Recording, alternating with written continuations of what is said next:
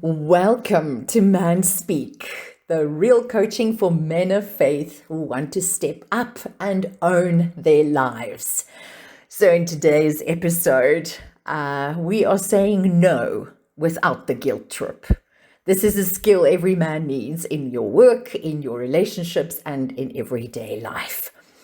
So, why do we feel guilty when we say no? Because it feels really uncomfortable to say no. You might fear disappointing people or think you being selfish, or you could worry about conflict. I know that's a big one for me, worry about the conflict that could arise. And nobody really likes conflict. Maybe you were raised to believe that being a good man means you have to say yes all the time. And what is the result? You end up tired, you end up resentful, and you are stretched too thin. So here is the truth. Saying no does not make you selfish. It makes you healthy and it makes you honest. Let's have a look at when saying no is necessary. You absolutely have to say no when your mental or emotional well-being is at stake.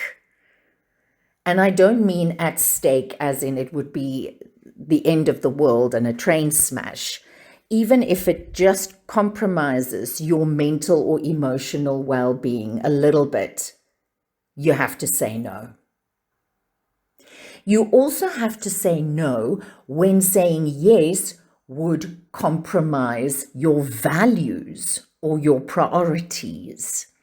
And you have to be very sure about what your values in life are and what your priorities are. If you're not sure, if you're vague on this, it's really beneficial to you to sit down and ponder this, work on this, find out for yourself, write down your top 5 values and your top 5 priorities. So if your priorities or your values are going to be compromised, you have to say no. And you have to say no when you're trying to keep your life in balance. Saying no does not make your yes weaker. It makes it mean something again. If you say no when you have to say no, the times when you say yes, it just makes it so much stronger and more meaningful. So how do we say no without guilt? And here is the part where most men get it wrong. Over-explaining or over-apologizing. Don't over-explain or over-apologize. You don't need to do that. You can just be clear and respectful at the same time as saying no. So here I've got a few ways for you to say no that would work in almost any setting. First way you can say no is this. Thanks for thinking of me, but I'll need to pass on this one. Here's another one. I really appreciate it, but I can't take that on right now. Or you could say, I won't be able to commit to that, but I hope it goes well. Or, this isn't something I can do right now, but I appreciate the opportunity. And here's the last example I thought of for you. I'll have to decline this time, but thank you for understanding. And it's not what you say, it's how you say it. If you keep your intentions honest and pure, and you keep a smile on your face. The key is keep it calm and keep it kind, but keep it final. You don't owe anyone a long explanation. A short, sincere no is way more powerful than a nervous yes. What is your next move? So in this week, practice saying no in small situations first, things that don't carry too much of an emotional weight. Notice how it feels when you protect your time instead of pleasing everyone.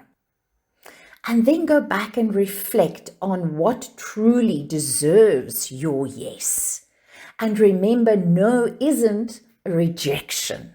It's self-care. You have to protect yourself. You are, in effect, being your own hero. If any of this hits home, you know you need to work on your boundaries. That is exactly what I can do for you in my one-on-one coaching. I use communication skills and NLP and practical strategies so you can say no without guilt and live with confidence and clarity. Most men work with me for 3 to 6 sessions and the results are really powerful. So if you want to step into that, you'll find the details in the description. Here's my biblical reflection on all of this. Matthew 5:37. Let your yes be yes and your no, no. So that's not about being cold or unkind. It's about being honest. God doesn't ask you to over-justify your decisions. He asks you to be truthful and he asks you to be direct and sincere. So when your no comes from a place of integrity, you are actually living out a biblical principle. Saying no is not rebellion. It's not being nasty. It's wisdom and it's clarity and it's choosing truth over guilt. But always keep it truthful. Always keep it sincere.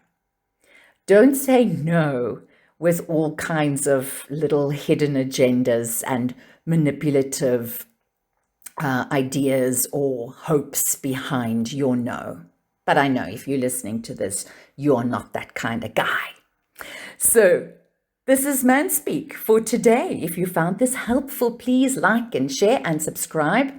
It helps my channel grow. And I say thank you for joining me. Until next time, take care and mooi bly.